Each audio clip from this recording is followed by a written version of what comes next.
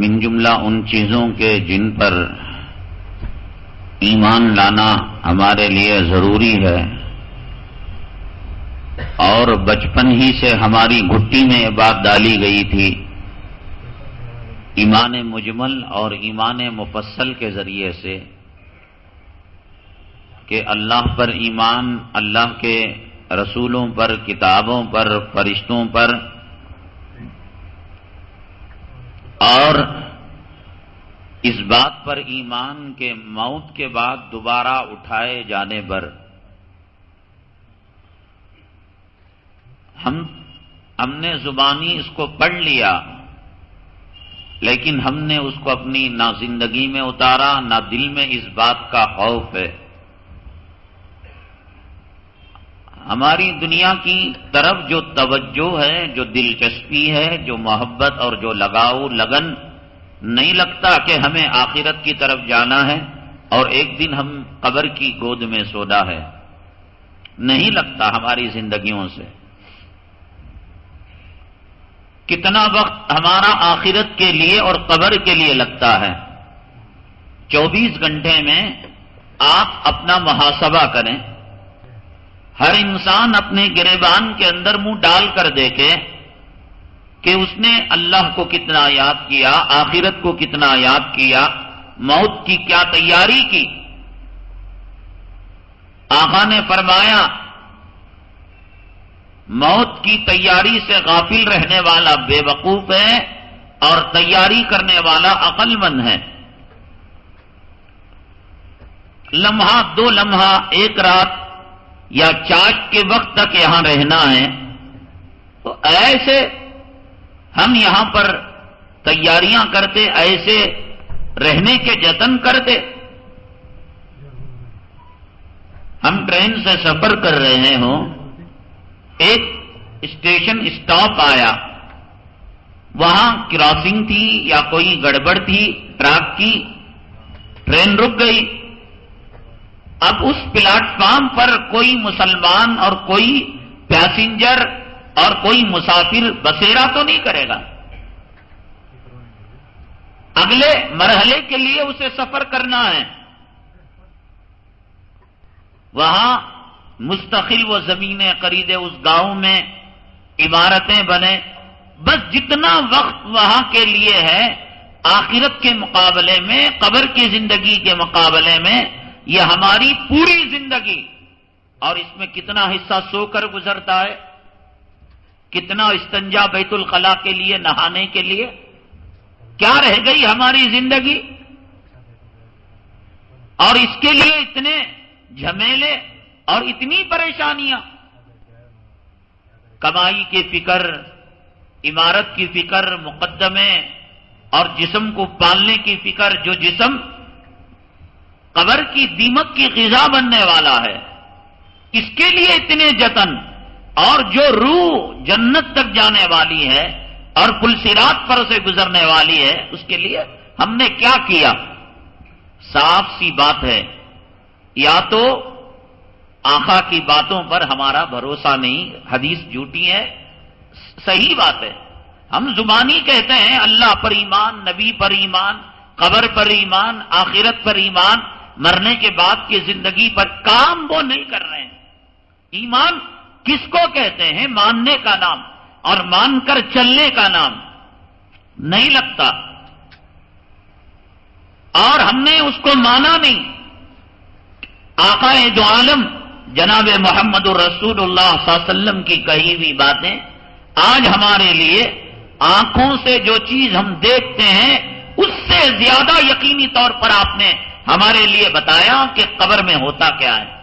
کئی طریقوں سے اپنی بٹیا کے قبر کے معاملے میں، حضرت فاطمہ الزہرا رضی اللہ تعالیٰ عنہ کے قبر کے بارے میں، حضرت سعد ابن معاذ رضی اللہ تعالیٰ عنہ کے قبر کے بارے میں ساری چیزیں بتا دی۔ کائنات میں سب سے بہترین طبقہ آنکھیں بند کر کر ہم کس کو کہیں گے؟ حضرات انبیاء علیہم الصلاۃ والسلام، اور اس کے بعد دوسرے نمبر پر جناب محمد الرسول اللہ صلی اللہ علیہ وسلم کے صحابہ، بہت اونچا مقام۔ ان کے مقام کے لیے بات کافی ہے. اللہ نے کلام پاک میں فرمایا رضی اللہ عنہم ورضوا عنہ، اللہ ان سے راضی ہو گیا، وہ اللہ سے راضی ہو گئے. ہمارے لیے کوئی ضمانت نہیں. اس میں بدری صحابہ ہیں، اس میں مہاجر ہیں. والسابقون الاولون من المہاجرین والانصار والذین اتبعوہم باحسان رضی اللہ عنہم وعن. کوئی نہ کوئی صفت والا صحابی ہے. کوئی وحی لکھنے والے ہیں، کسی کو اللہ کے نبی صلی اللہ علیہ وسلم نے منافقوں کے نام دے دیے، کسی کو نبی نے مؤذن بنا دیا، کسی نے نبی کو مشیر بنا دیا، کسی نے نبی کو اپنا ہم سفر بنا دیا. ہر صحابی کوئی نہ کوئی خصوصیت کا حامل ہے. اگر کچھ بھی نہ ہو، صحابی ہونا کیا کچھ کم فضیلت ہے؟ حضرت سعد ابن معاذ، یہ تو وہ صحابہ ہیں جو 1.25 لاکھ ہیں. 1.25 لاکھ صحابہ میں آپ پھرا کر کچھ نام سنتے ہوں گے. حضرت ابو ہریرہ، حضرت ابو بکر صدیق، حضرت عبد الرحمن ابن عوف، حضرت عبادہ ابن صامت، یہ نام ہیں جو تقریباً آپ کو 50-60 ملیں گے. ان میں سے حضرت سعد ابن معاذ رضی اللہ عنہ 1.25 لاکھ صحابہ ہیں آقا کے. اب یہ مشہور کیوں ہوئے؟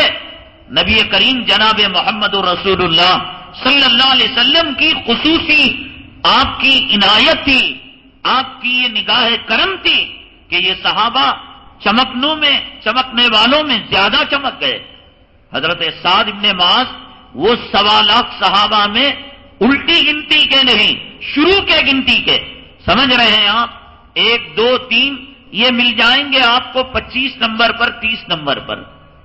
اور حالت یہ ہے اللہ کے حبیب پاک جناب محمد رسول اللہ صلی اللہ علیہ وسلم نے ان کی نماز جنازہ پڑھائی. نماز جنازہ کیا ہے؟ دعا ہے موتا کے لیے. پہلی رکعت میں کیا کرتے ہیں ہم؟ اللہ اکبر ثنا پڑھا. دوسری رکعت میں تکبیر باندھی، اللہ اکبر ہم نے درود پڑھا.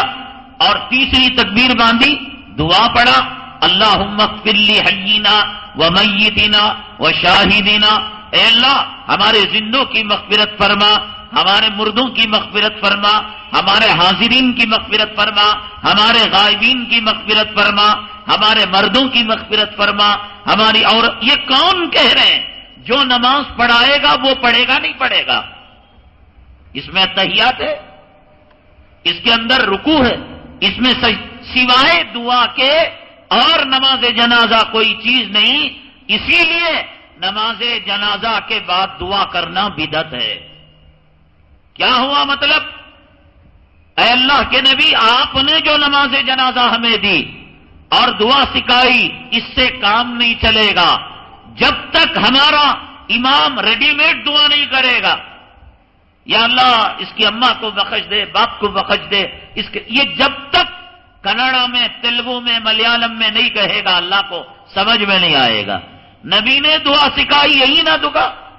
اگر بچہ ہو اللہم اجعلہ لنا فرطا، اگر بچی ہے اللہم اجعلہا لنا فرطا. اگر مرد عورت بڑے ہیں بالغ، اللہم اغفر لی حیینا. وہ کبھی ترجمہ دیکھو کتنا پیارا ترجمہ، اور نبی نے کتنی پیاری دعا سکھائی. اب کھڑے ہو گئے، السلام علیکم السلام علیکم. نہیں نبی تمہاری دعا ہمیں پسند نہیں. اے اللہ آپ کا دیا ہوا نبی کے ذریعے سے نماز جنازہ کا طریقہ پسند نہیں. جب تک ہمارا امام تمل میں، ملیالم میں، تیلگو میں، پنجابی میں، مراٹھی میں ماں بہن کی نہیں گنے گا، یہ مردہ اوپر نہیں چڑھے گا. یہ بدعت ہے. آپ وصیت کر کے مریں.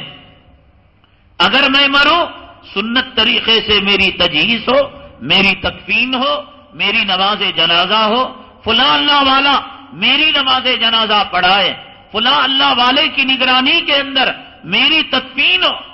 وہاں ہزاروں قسم کی چیزیں قبر میں رکھ گئے، مٹی ڈال. رکو رکو رکو رکو ذرا بھائی کا اب بھی دیکھے نہیں کرتے. ساری زندگی بے حیائی کرتا رہا، بے شرمی کرتا رہا، قبر کے اندر عذاب گھیر لیا. حدیث میں آتا ہے کہ مردے کو قبر میں ڈالا جاتا ہے، چاروں طرف آگ گھیر لیتا ہے.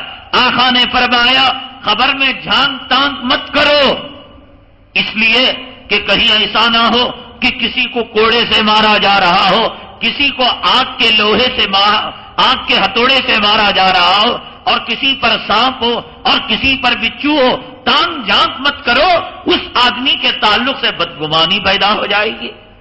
آپ نے دیکھ لیا فلاں آدمی کو سانپ تھا قبر میں، اور فلاں آدمی کے آگ بھی، اب سارے دنیا کے اندر واویلا مچے گا، بھائی سیٹھ صاحب تو جہنمی کتے ہیں، دنیا کے اندر تو نام کی مسجد بن دی اور نام کا مدرسہ بن دیا۔ آقا نے کہا اس میں کسی کی غیبت ہوگی اور کسی مردے کی برائی ہوگی۔ تو جناب محمد رسول اللہ صلی اللہ علیہ وسلم نے جو طریقہ بتایا، کم سے کم اللہ تبارک تعالیٰ کو پیار آ جائے کہ زندگی غلط طریقے پر گزارتا رہا، لیکن اس کی موت اور اس کا جو آخری خاتمہ ہے کم سے کم میرے محبوب کے طریقے پر ہوا۔ جیسے کہ فرعون کے جادوگروں سے مقابلہ کرنے کے لیے جب جادوگر آئے تھے اور ان جادوگروں کا لباس فرعون کے موسیٰ علیہ السلام کے لباس سے ملا، اللہ تعالیٰ نے ہدایت کا فیصلہ دے دیا، میرے پیغمبر کے لباس سے تمہارا لباس مل رہا ہے۔ عبداللہ ابن ابی ابن سلول منافقوں کا سردار، رئیس المنافقین، اور آپ نے سنا ان المنافقین فی الدرک الاسفل من النار، منافق جہنم کے سب سے نچلے طبقے میں، سب سے بڑا عذاب منافقوں کو ہوگا۔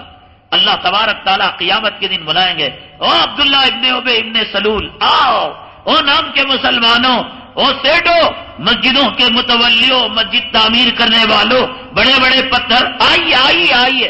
فرشتے کہیں گے کیا حکم ہے آقا، کیا ہے یہ پوچھیں گے، فرشتے کہیں گے جائیے جنت کی طرف، اور دوڑتے ہوئے کہ دنیا میں ہم کیوں نہ لگاتے تھے، بیوقوف بناتے تھے، یہاں ہم نے فرشتوں کو بیوقوف بنا دیا، ہمارے اندر کی حالت کا پتہ نہیں لگا، یہ دوڑیں گے جنت کی طرف۔ اللہ تعالیٰ حکم دیں گے ان کو منہ کے بل گراؤ اور سینہ اور منہ کے بل الٹا گھسیٹ کر جہنم میں ذلت کی ساتھ کتے کی طرح ان کو ڈال دو۔ اب جہنم میں چیخیں مارتے ہوئے چلاتے ہوئے، ہائے ہمیں دھوکہ ہو گیا، ہمارے ساتھ یہ ہو گیا، ہم نے حج بیت اللہ کیا، ہم نے مسجدوں کو تعمیر کیا، ہم نے چندہ دیا، ہم نے افطار پارٹی کی، یہ کیا وہ کیا۔ اللہ تعالیٰ فرمائیں گے، پھر وہ کہیں گے یا اللہ ہمیں جہنم میں ڈالنا تھا، سیدھے سیدھے ڈال دیتا، کئی لاکھ افراد جہنم میں گئے، ہم بھی چلے جاتے، یہ کیا کیا؟ اللہ تعالیٰ فرمائیں گے دنیا میں تمہارا ظاہر کچھ اور تھا اور باطن کچھ اور تھا، ظاہر میں صوفی لگ رہے تھے، عابد لگ رہے تھے، مجاہد اور غازی کے باتیں کر رہے تھے، دل میں نفاق تھا، دل میں کھوٹ تھا، دل میں چور تھا، ظاہر کے اعتبار سے کہا کہ جنت کو جاؤ اور باطن کا فیصلہ یہ تھا کہ تم جہنم میں کود پڑو۔ تو ہم فیصلہ مکمل کرنے والے نا، تمہارا ظاہر تھا تو کہا کہ بھاگو تو تم بھاگنے لگے، لیکن تمہارا باطن اجازت نہیں دے رہا تھا، اندر نفاق، کفر، مال کی محبت، جورو کی غلامی، اولاد کی محبت اور بظاہر عبادت میں ریاکاری، تو ہم نے کہا کہ اس کے عوض یہ کام کرو۔ یہ عبداللہ ابن ابی ابن سلول، آقا نے نماز جنازہ پڑھانے کی کوشش کی، پڑھائی یا نہیں پڑھائی اس کی وضاحت بہت کم ہے، لیکن قرآن کی آیت نازل ہو گئی وَلَا تُصَلِّ عَلَىٰ أَحَدٍ مِّنْهُمْ مَاتَ أَبَدًا وَلَا تَقُمْ عَلَىٰ قَبْرِهِ، کہ آج کے بعد کسی کافر کا، منافق کا نماز جنازہ نہ پڑھائیے گا۔ اب پڑھا کر ہونے کے بعد یا پڑھانے سے پہلے، یہ دونوں قسم کی باتیں روایتوں کے اندر ہیں، لیکن آقا نے جب نماز پڑھائی تو ذریعہ یہ بنا کہ ان کے بیٹے نے آقا کے پاس آ کر آپ کی چادر مانگ کر آپ کو کفن دیا۔ تو روایت میں آتا ہے چادر جب تک عبداللہ ابن ابی ابن سلول کے جسم پر رہی اور دمک نے اس کو کھایا نہیں اور قبر کے کیڑوں نے چاٹا نہیں، عذاب آتا تھا اور عذاب واپس چلا جاتا تھا کہ میرے محبوب کی چادر جس قبر میں رہے گی اس قبر کے اندر عذاب نہیں جا سکتا۔ اس لیے لکھ کر رکھیے، یاد رکھیے کہ اگر آپ کو اپنی ماں سے محبت ہے، باپ سے الفت ہے اور بیوی سے آپ حق جتا رہے تھے، اولاد آپ کے جگر کا ٹکڑا ہے، سب اگر یہ وصیت کیجئے گھر میں، یہ ماحول بنائیے، ہم میں جو پہلے مرے گا بقیہ لوگ پوری کارروائی سنت کے مطابق کریں گے، آقا کے بتائے ہوئے طریقے پر کریں گے، شاید اللہ تعالیٰ کو رحم آ جائے کہ زندگی اس نے کفر کے طریقے پر گزاری، نافرمانوں کے طریقے پر گزاری، کم سے کم خاتمہ تو اس کا میرے محبوب کے طریقے پر ہوا۔ حدیث پاک میں آتا ہے اللہ تبارک تعالیٰ سفید بال والوں سے شرماتے ہیں، جس کے داڑھی کے بال اور جس کے سر کے بال سفید ہو گئے۔ ایک آدمی تھا، آدمی بڑا فاجر قسم کا، فاسق قسم کا آدمی تھا، لیکن اس نے اپنی اولاد کو وصیت کر رکھی تھی کہ اگر میرا انتقال اس حالت میں ہو جائے کہ ابھی داڑھی کے اور سر کے بال سفید نہیں ہوئے، تم ایک کام کرنا، میری داڑھی کو اور سر کے بالوں کو سفید رنگ سے رنگ دینا۔ تو چنانچہ رنگ دیا گیا، وصیت تھی باپ کی، اور ان کو قبر میں دفن کر دیا گیا۔ اللہ تبارک تعالیٰ نے پوچھا، اللہ تبارک تعالیٰ کبھی بات کرنا چاہیں بات کر سکتے ہیں، پوچھا فرشتوں کو بھیج کر، ارے یہ کیا حلیہ بنا رکھا ہے، کس کو ٹھکاتے ہیں آپ کے بال تو سیاہ ہیں اور آپ کے بال تو کالے ہیں، لیکن آپ نے سفید کر رکھا ہے۔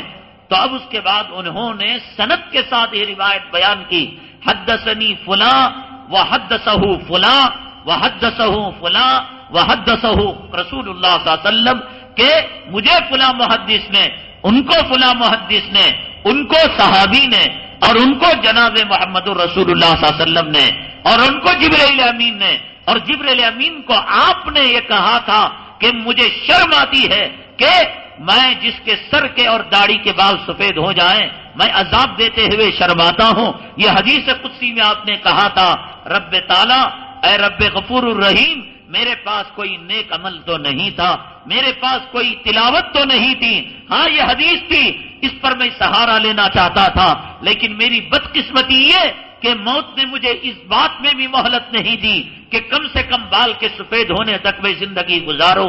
اے رب کائنات، یہ حدیث کا سہارا اور یہ مصنوعی سفید بال لے کر آیا ہوں۔ روایت میں آتا ہے اللہ تبارک تعالیٰ مسکراتے ہیں اور بندے کے اس عمل سے اس کی مغفرت فرما دیتے ہیں۔ جن مسجدوں کے اندر نماز کے بعد دعا پڑھی جاتی ہے، جن مسجدوں میں نماز کے بعد فاتحہ پڑھی جاتی ہے، جن مسجدوں کا رواج یہ کہ امام مؤذن قبرستان میں جا کر دفن کرنے کے بعد الٹا سیدھا پڑھتا ہے، 40 قدم میں آنے کے بعد فاتحہ دلاتا ہے، پھر عورتوں کے درمیان بیٹھ کر وہ ایک لمبی چوڑی دعا کرتا ہے، وصیت کر کر مرے، میری زندگی نافرمانی میں گزری رب کائنات، میں وصیت کرتا ہوں کہ میری موت کے بعد اگلی جو کارروائی ہوگی وہ سنت کے مطابق ہوگی۔ مصنوعی رنگ لگانے پر اللہ کو رحم آ گیا۔ عبداللہ ابن ابی ابن سلول کے جسم پر چادر تھی اور نبی نے دعا کی، اللہم اغفر لحینا ومیتنا، اللہ کو رحم آ گیا۔ تو ہم اگر موت کے بعد کی کارروائی، حدیث پاک میں آتا ہے، علماء نے لکھا ہے، یہ بھی وصیت کرو، اماں کے باوجود سونا، جورو مرد کے باوجود سونا یہ نہیں ہو سکتا۔ یہ تمہارا دنیا کی یہ کوئی بیڈ روم نہیں ہے کہ 20 سال پہلے باوا مریا اور 20 سال کے بعد اماں مری، لے جا کر باجو ڈالے تو ایک پلنگ میں سو جاتی بڈھا بڈھی، ایسا نہیں ہے۔ ایک دونوں قبروں کے اندر زمین و آسمان کا فاصلہ رہتا ہے۔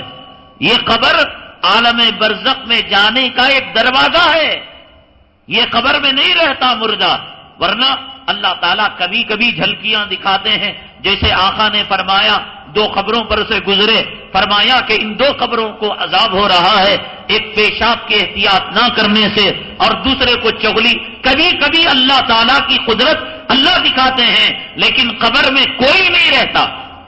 قبر عالم برزخ، اگلی دنیا، 3 دنیا ہے، یہ دنیا جس میں ہم رہ رہے ہیں، اس کے بعد کی وہ دنیا جو قیامت سے پہلے تک ہے، اور اس کے بعد قیامت کی دنیا، قیامت کا ورلڈ۔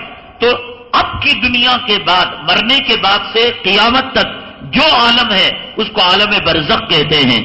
اسی لیے اب اگر کوئی کہے گا کہ مسلمان تو قبر میں مردے کو دفن کرتا ہے، قبر میں عذاب ہو رہا ہے، تو جس نے جلا کر راکھ بکھیر دیا کیا اسے عذاب نہیں ہوگا؟ اور جس نے سمندر کے اندر لاشیں کو ڈال دیا، مچھلیوں نے اس لاشے کو کھا لیا، کیا اسے عذاب نہیں ہوگا؟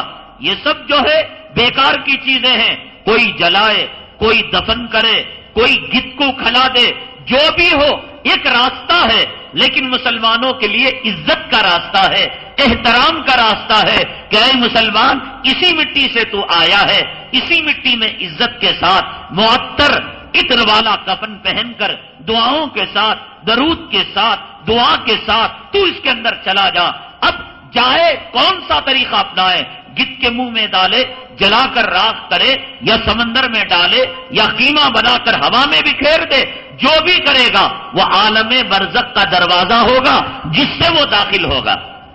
وہ جلائے تب بھی وہ داخل ہوگا، وہ مچھلیوں کو کھلائے، لیکن ان تمام طریقوں میں بہتر طریقہ مسلمانوں کا طریقہ ہے، عزت کے ساتھ، احترام کے ساتھ. جیسے دلہن کی سجی ہوئی ڈولی کو لے جایا جاتا ہے، کلمہ پڑھتے ہوئے، درود پڑھتے ہوئے، دعائیں پڑھتے ہوئے اس کو لے جایا جاتا ہے احترام کے ساتھ. لیکن وہاں نہیں رہتا. یہ غلط بات ہے کہ ہم جو ہے بہنوں کے قریب رہیں، فیملیوں کا. آج کل قبرستان کے اندر دادا گیری، چپڑیاں ڈال لیے، یہ جو ہے لبابین برادری کا، یہ جو ہے فلاں برادری کا، یہ MLA صاحب کا. کچھ نہیں ہوتا، کچھ نہیں ہوتا. نہ بڈھا بڈھی ساتھ رہتی، نہ لیلا مجنو ساتھ رہیں گے، نہ جورو مرد ساتھ رہیں گے. دونوں کے اندر زمین و آسمان کا فاصلہ رہے گا. نہ اگر اعمال صحیح ہوں گے، دونوں کے نیکوکار ہوں گے، اللہ تعالیٰ ملانا چاہے ملائیں گے، ورنہ پھر وہ بھی سجین میں ہوں گے اور یہ بھی سجین کے اندر ہوں گے، قید خانے کے اندر ہوں گے. یہ قبر ہے جو عالم برزخ کا دروازہ ہے، جس سے مردہ عالم برزخ کے اندر قدم رکھتا ہے. تو اس لیے ہم اگر وصیت کریں اور جن جگہوں کے اندر اس قسم کی خرافات ہوتی ہیں ان خرافات سے پرہیز کریں، ان جو ہے بدعتوں سے پرہیز کریں اور تاخیر نہ کریں. موتا کے بعد تاخیر نہ، حتیٰ کہ علماء نے لکھا ہے کہ جمعہ کے صبح میں موتا ہوئی، عید کی صبح میں موتا ہوئی. اب عید کی نماز کتنے بجے پڑھتی؟ 11 بجے پڑھتی، 10:30 بجے پڑھتی. 10:30 بجے 30,000 کا مجمع رہتا ہے.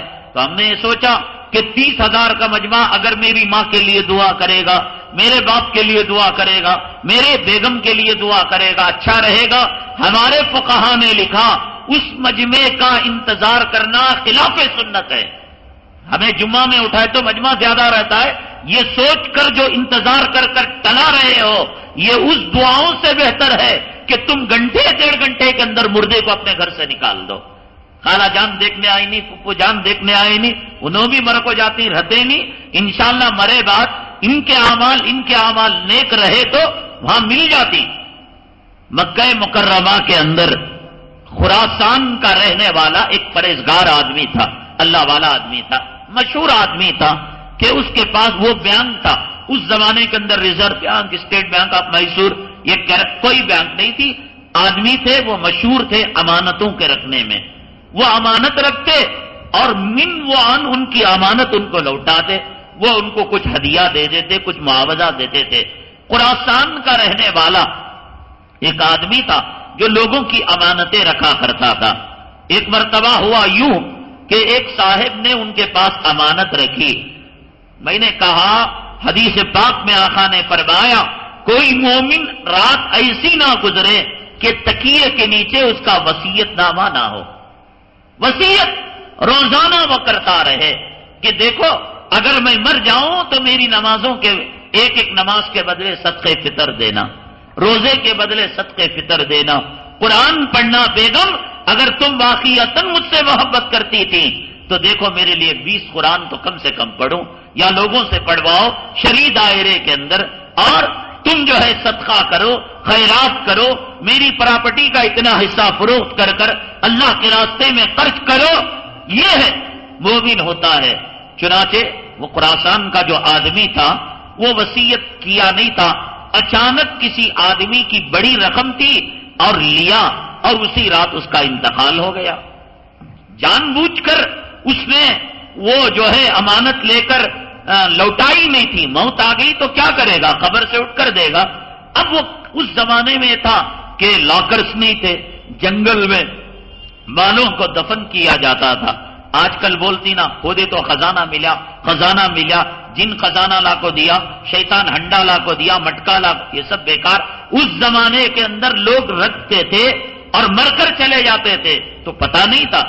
تو یہ شیطان جو خبیث ہوتا ہے وہ زمین کے اندر کا علم رکھتا ہے. اب کسی کی عورت کو حاصل کر کر اس سے وہ بدکاری کرتا ہے، اس سے وہ زنا کرتا ہے، اور بدلے میں کہتا ہے میں تمہیں مالدار کر دوں گا، تمہیں زمین کے اندر خزانہ نکالوں گا، مٹکا نکالوں گا. اور پھر یہ لوگ عامل کی طرف رجوع.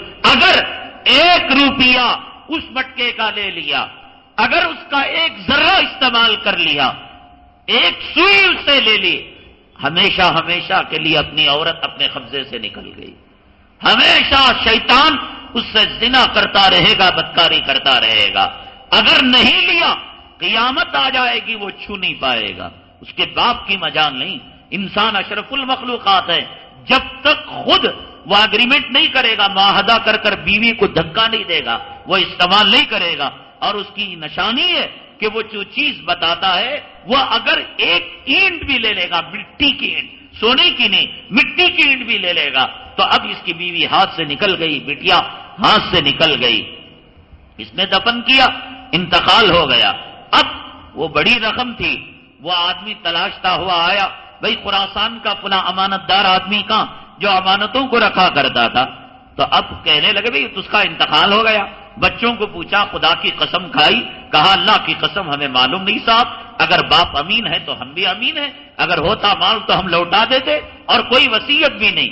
اب علماء سے جا کر اس نے مسئلہ معلوم کیا کیا کرنا چاہیے. 10 لاکھ درہم اس زمانے کے. علماء نے کہا دیکھو آدھی رات کے بعد زمزم کے کنویں کے پاس ارواح آتی ہیں زمزم حاصل کرنے کے لیے.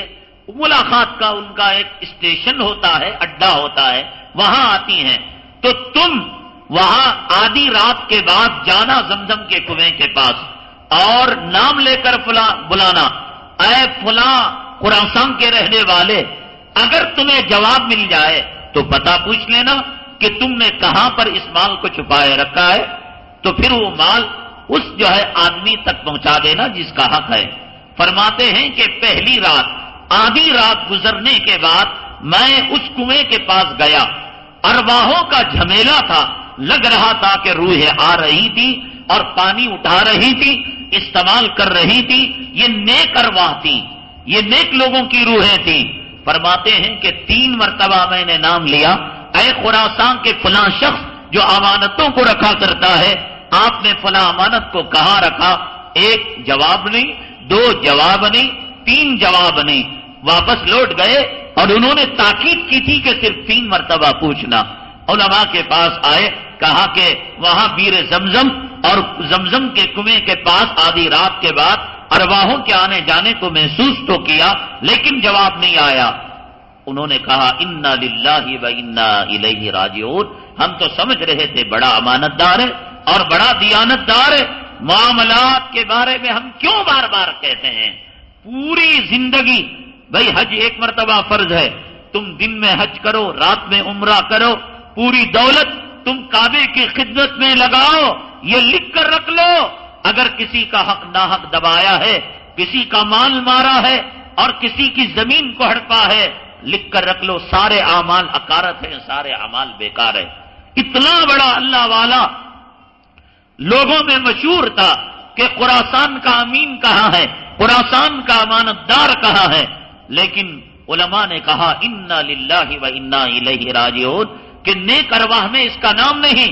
اب کہا کہ دوسری شکل یہ ہے، یمن کے اندر برہوت نام کا ایک کنواں ہے، وہاں خبیث ارواحوں کو قید کیا جاتا ہے. آدھی رات کے بعد تم یمن کے اس کنویں کے پاس جانا اور کہنا اے خراسان کے فلاں امین. تو پھر اس کے بعد یہ وہاں گیا سفر کر کر یمین، اور برہوت یا باہوت جو نام لکھا ہوا ہے اس کنویں کو تلاش کیا، اور تلاش کرنے کے بعد کہا اے خراسان کے امین. تو کہا کہ لبیک میں حاضر ہوں. تو یہ جہنم کی ارواح میں اللہ تبارک تعالیٰ نے اس کو شامل کر دیا.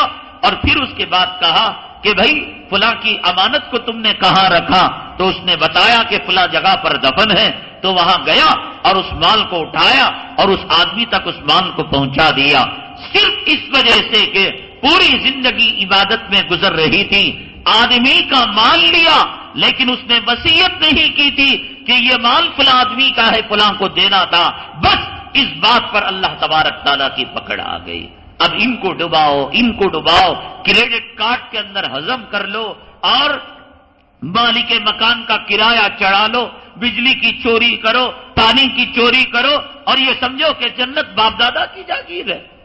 آپ نے دیکھا ساری زندگی جو امانت، صداقت، دیانت اور بزرگی پر چلا کرتا تھا، بھائی کیا پتا تھا کہ موت اتنا جلدی آئے گی، کہ امانت لی تھی اور اگر اس کی بری نیت ہوتی تو اولاد کو دے دیتا، بیوی کو دے دیتا، یہ نیت بھی نہیں تھی، نیت یہ تھی کہ واپس کرو اور واپس کرنے سے پہلے موت آ گئی۔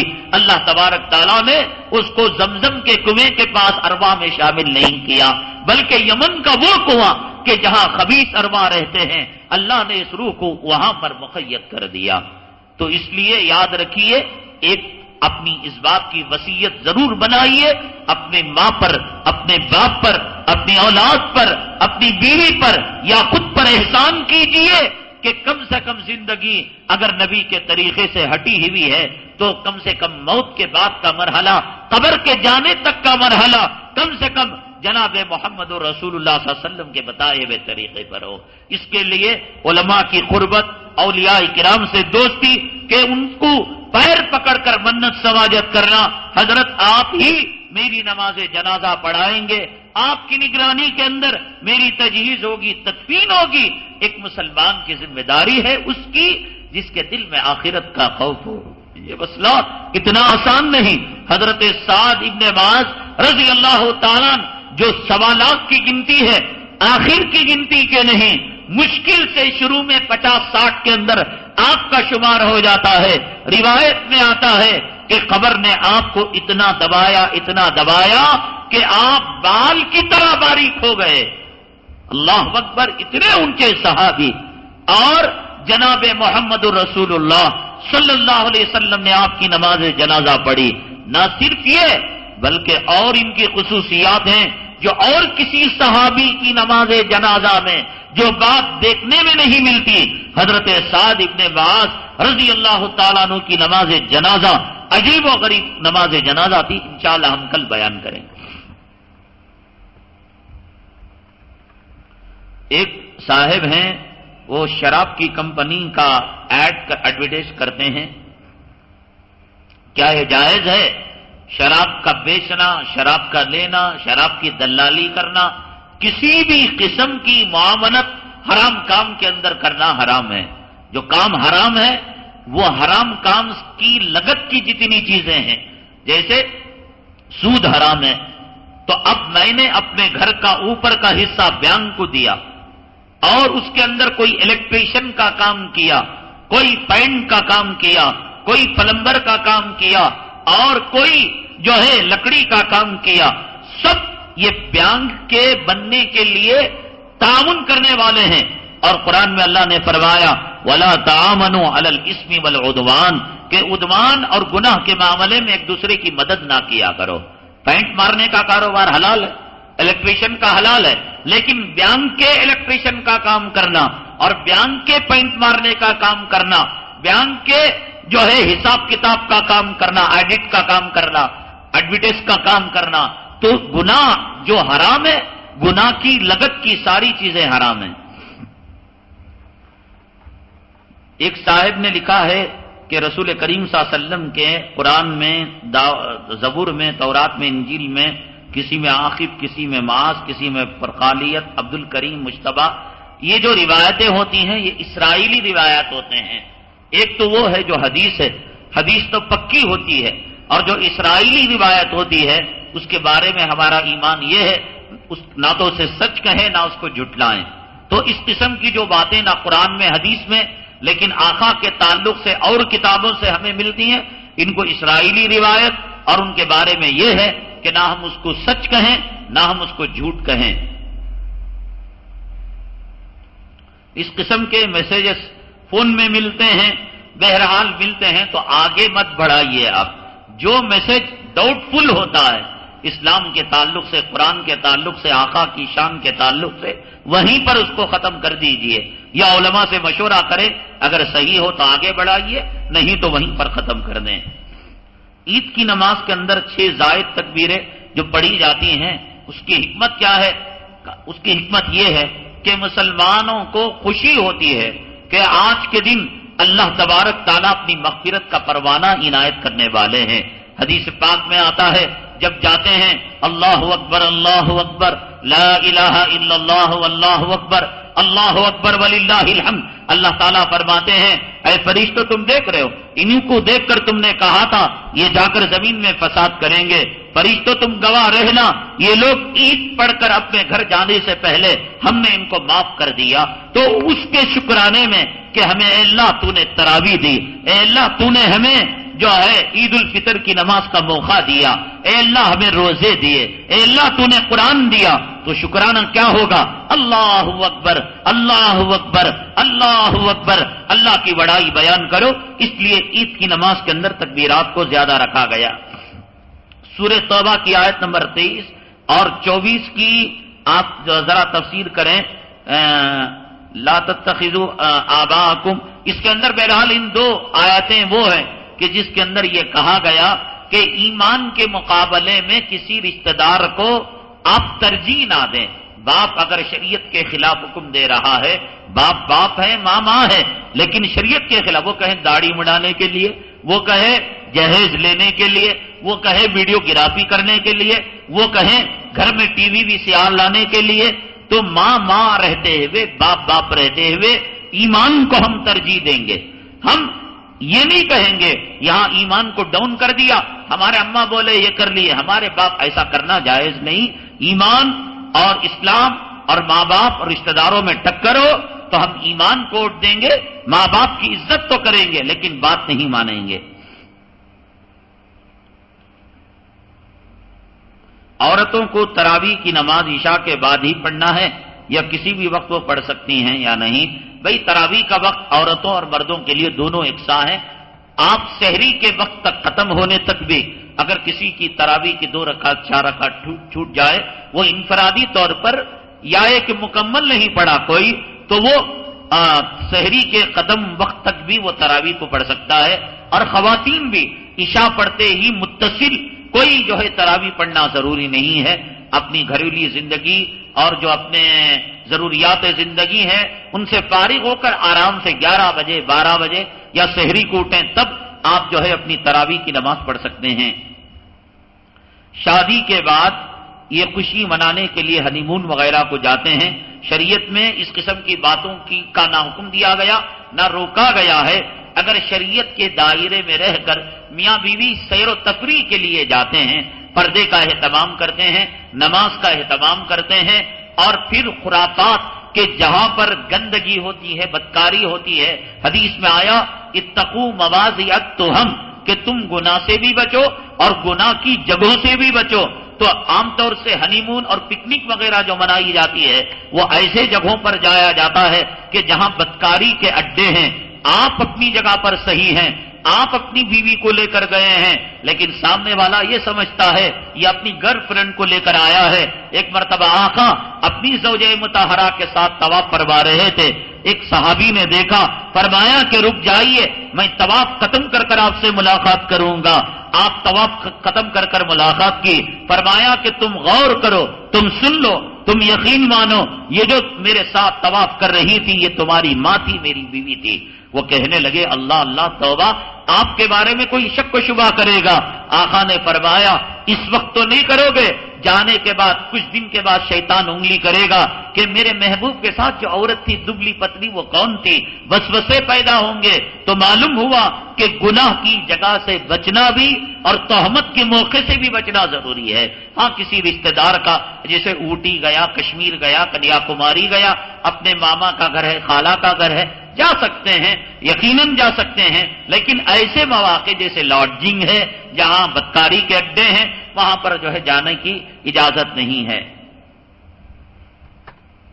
اگر کوئی آدمی سود کے پیسے سے افطار کی پارٹی کرے تو اس سے افطار کر سکتے ہیں یا نہیں کر سکتے؟ اس کی 2 شکلیں ہیں۔ ایک شکل یہ کہ ایک آدمی سودخوار ہے، اس نے مسجد کو سموسے بھیج دیے، کیلا بھیج دیا، فروٹ بھیج دیا، اس دسترخوان سے کھا سکتے ہیں۔ کئی مرتبہ میں نے کہا کہ دینے والے کی نیت کو اور اس کے عمل کو اللہ جانے، لیکن جب مسجد میں آتا ہے تو مسجد سے ہمیں جب آتا ہے تو یہ سیکنڈ بزنس اور سیکنڈ ملکیت ہو گئی، یہ تو جائز ہے۔ لیکن جو لوگ روڈوں میں یہ پنڈال ڈال کر شان پتی کی افطار پارٹی کرتے ہیں، گھر میں بیوایا ہیں، یتیم ہیں، مسکین ہیں، خود ظالم کا بچہ پیپر والے کو پیسے باقی ہے، دودھ والے کو پیسے باقی ہے، حرام خور دکھاوے کے واسطے افطار پارٹی کرتا ہے، حرام ہے، حرام ہے، حرام ہے۔ ایسی افطار پارٹی میں مت جائیے، اس سے 40 دن کی آپ کی عبادت ضائع ہو جائے گی۔ اللہ تعالیٰ کے بارے میں مجھے برے برے خیالات آتے ہیں، ایمان کا خطرہ محسوس ہوتا ہے، کوئی ڈرنے کی بات نہیں۔ ہمارے مفتی محمود حسن صاحب رحمت اللہ علیہ فرمایا کرتے تھے کہ ایک شیعہ نے کہا کہ ہم جب نماز پڑھتے ہیں تو کوئی وسوسہ نہیں آتا، اور تم لوگ نماز پڑھتے ہو سنی لوگ تو وسوسے بہت تم بیان کرتے ہو۔ تو حضرت نے جواب دیا، کمینو تمہاری نماز میں رکھا ہی کیا ہے؟ تمہاری نماز کوٹ ہے، ہماری نماز میں ایمان ہے، اور شیطان ایمان پر ڈاکہ ڈالنا چاہتا ہے۔ وسوسے اچھوں کو بھی آتے ہیں، بروں کو بھی آتے ہیں، یہ نہ سمجھیے کہ آپ نے لکھا جو لکھنے والے صاحب ہیں کہ تنے تنہا ان کو آتے ہیں، مجھے بھی، آپ کو بھی، تمام کو آتے ہیں وسوسے۔ یہ وسوسوں کا آنا کوئی بری بات نہیں، لیکن وسوسوں کے پیچھے نہیں لگنا چاہیے۔ اگر کوئی برا وسوسہ آیا کہ ہم کو کس نے پیدا کیا؟ اللہ نے۔ ہمارے ماں باپ، پھر ماں باپ کو آدم، پھر آدم کو اللہ، پھر الیاذ باللہ شیطان نے کہا اللہ کو کس نے؟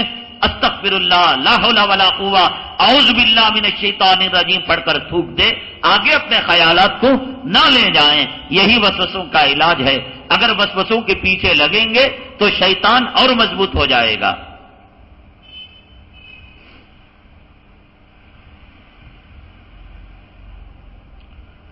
حضرت اقدس مولانا اشرف علی تھانوی رحمۃ اللہ علیہ نے ایک کتاب لکھی ہے نیک بیوی، یعنی میاں بیوی کے اندر جو عورت نیک ہوتی ہے اس کے اوصاف کیا ہیں اور کیسی اس کو زندگی گزارنا چاہیے۔ بہترین کتاب ہے، چھوٹی سی، اس کو حاصل کرتے ہوئے جائیں۔ عبد المجید صاحب کا کل انتقال ہو گیا، دعا کریں اللہ تبارک تعالیٰ ان کی مغفرت کرے، درجات کو بلند کریں۔ مرحوم حاجی عبدالرزاق صاحب کے چھوٹے بھائی ہیں سید محبوب پاشا صاحب کا آج انتقال ہوا، دعا کرے اللہ ان کی بھی مغفرت فرمائے۔ آج ایک عظیم شان سی ڈی اکابرین امت کے بیانات، جس میں ہمارے بڑے بڑے بزرگان دین حضرت مولانا زکریا صاحب رحمۃ اللہ علیہ جنہوں نے فضائل اعمال کو لکھا، حضرت جی انعام الحسن صاحب رحمۃ اللہ علیہ، اور مفتی سعید صاحب جو دیوبند کے شیخ الحدیث ہیں، مولانا تقی عثمانی جو یہاں تشریف لائے، مولانا ضیاء الرحمان فاروقی جو اکابر کے چوٹی کے علماء ہیں، الحمدللہ ایک سی ڈی میں ان تمام اکابرین کے بیانات ہیں، جاتے ہوئے حاصل کرتے ہوئے جائیں۔ الحمدللہ رب العالمین والصلاة والسلام علی سید المرسلین وعلی آلہ وصحبہ اجمعین۔ ربنا ظلمنا انفسنا وإن لم تغفر لنا وترحمنا لنكونن من الخاسرین۔ سبحان ربک رب العزة عما یصفون وسلام علی المرسلین والحمد للہ رب العالمین۔